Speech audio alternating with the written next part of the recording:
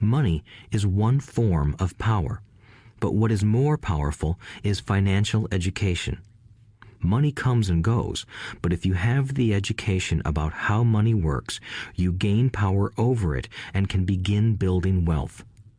The reason positive thinking alone does not work is because most people went to school and never learned how money works, so they spend their lives working for money. Because I was only 9 years old when I started, the lessons my rich dad taught me were simple. And when it was all said and done, there were only 6 main lessons, repeated over 30 years. This audiobook is about those 6 lessons, put as simply as possible, just as simply as my rich dad put forth those lessons to me.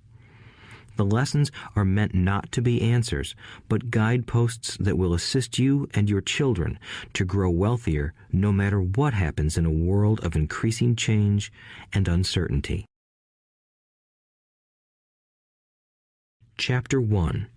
Lesson 1. The rich don't work for money. The poor and the middle class work for money. The rich have money work for them. Dad, can you tell me how to get rich? My dad put down the evening paper. Why do you want to get rich, son? Because today Jimmy's mom drove up in their new Cadillac and they were going to their beach house for the weekend. He took 3 of his friends, but Mike and I weren't invited. They told us we weren't invited because we were poor kids. They did? My dad asked incredulously. Yeah, they did, I replied in a hurt tone. My dad silently shook his head, pushed his glasses up the bridge of his nose, and went back to reading the paper. I stood waiting for an answer. The year was 1956. I was 9 years old. By some twist of fate, I attended the same public school where the rich people sent their kids. We were primarily a sugar plantation town.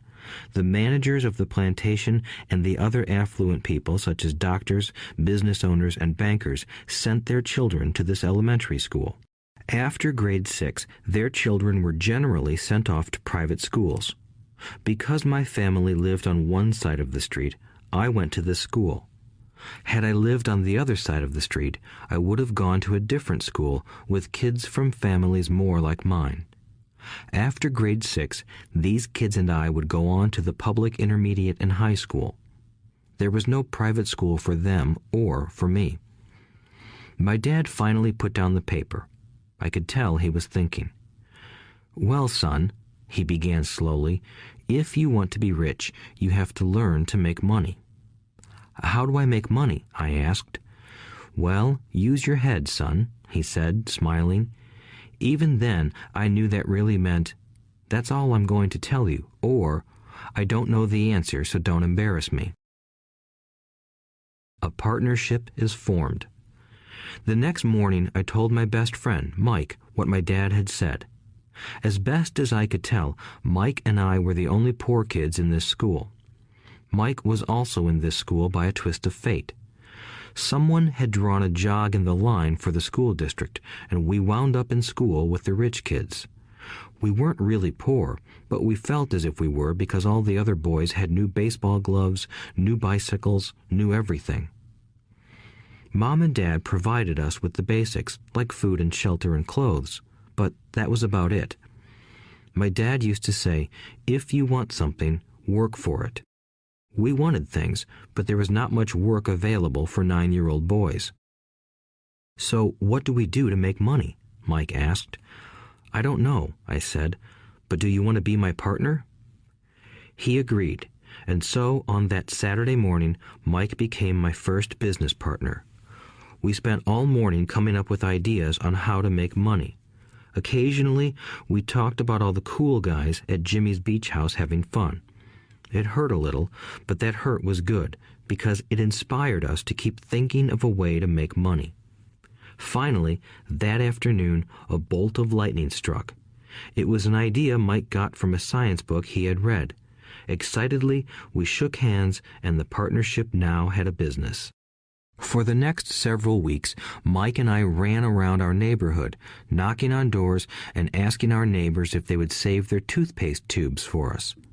With puzzled looks, most adults consented with a smile. Some asked us what we were doing, to which we replied, "We can't tell you. It's a business secret." My mom grew distressed as the weeks wore on. We had selected a site next to her washing machine as the place we would stockpile our raw materials. In a brown cardboard box that at one time held ketchup bottles, our little pile of used toothpaste tubes began to grow. Finally, my mom put her foot down. The sight of her neighbor's messy, crumpled used toothpaste tubes had gotten to her. "What are you boys doing?" she asked, "and I don't want to hear again that it's a business secret. Do something with this mess or I'm going to throw it out." Mike and I pleaded and begged, explaining that we would soon have enough and then we would begin production. We informed her that we were waiting on a couple of neighbors to finish their toothpaste so we could have their tubes. Mom granted us a 1-week extension. The date to begin production was moved up, and the pressure was on. My first partnership was already being threatened with an eviction notice by my own mom. It became Mike's job to tell the neighbors to quickly use up their toothpaste, saying their dentist wanted them to brush more often anyway. I began to put together the production line. One day, my dad drove up with a friend to see 2 9-year-old boys in the driveway with a production line operating at full speed. There was fine white powder everywhere. On a long table were small milk cartons from school, and our family's hibachi grill was glowing with red-hot coals at maximum heat. Dad walked up cautiously, having to park the car at the base of the driveway since the production line blocked the carport. As he and his friend got closer, they saw a steel pot sitting on top of the coals in which the toothpaste tubes were being melted down.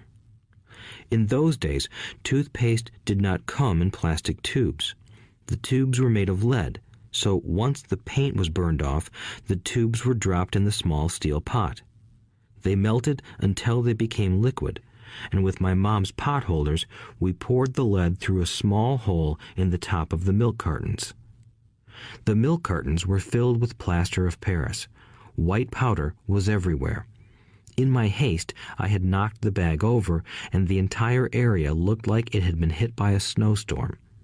The milk cartons were the outer containers for plaster of Paris molds. My dad and his friend watched as we carefully poured the molten lead through a small hole in the top of the plaster of Paris cube. "Careful," my dad said. I nodded without looking up. Finally, once the pouring was through, I put the steel pot down and smiled at my dad. "What are you boys doing?" he asked with a cautious smile. "We're doing what you told me to do. We're going to be rich," I said. "Yup," said Mike, grinning and nodding his head. "We're partners." "And what is in those plaster molds?" my dad asked. "Watch," I said. "This should be a good batch." With a small hammer, I tapped at the seal that divided the cube in half. Cautiously, I pulled up the top half of the plaster mold, and a lead nickel fell out. "Oh my God," my dad said, "you're casting nickels out of lead." "That's right," Mike said. "We're doing as you told us to do. We're making money." My dad's friend turned and burst into laughter. My dad smiled and shook his head. Along with a fire and a box of spent toothpaste tubes, in front of him were 2 little boys covered with white dust, smiling from ear to ear. He asked us to put everything down and sit with him on the front step of our house. With a smile, he gently explained what the word counterfeiting meant. Our dreams were dashed. "You mean this is illegal?" asked Mike in a quivering voice. "Let them go," my dad's friend said. "They might be developing a natural talent." My dad glared at him. "Yes, it is illegal," my dad said gently, "but you boys have shown great creativity and original thought. Keep going. I'm really proud of you." Disappointed, Mike and I sat in silence for about 20 minutes before we began cleaning up our mess. The business was over on opening day. Sweeping the powder up, I looked at Mike and said, "I guess Jimmy and his friends are right. We are poor." My father was just leaving as I said that. "Boys," he said, "you're only poor if you give up. The most important thing is that you did something. Most people only talk and dream of getting rich. You've done something. I'm very proud of the two of you. I will say it again. Keep going. Don't quit." Mike and I stood there in silence. They were nice words, but we still did not know what to do. "So how come you're not rich, Dad?" I asked.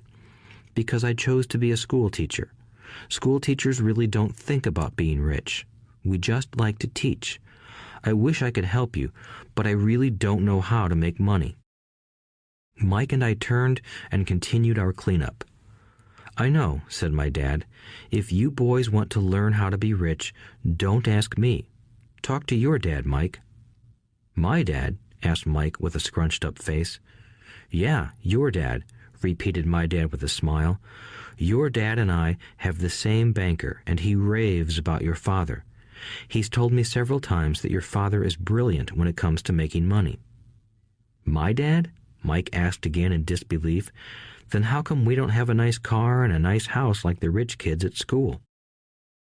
"A nice car and a nice house don't necessarily mean you're rich or you know how to make money," my dad replied. "Jimmy's dad works for the sugar plantation. He's not much different from me. He works for a company and I work for the government. The company buys the car for him.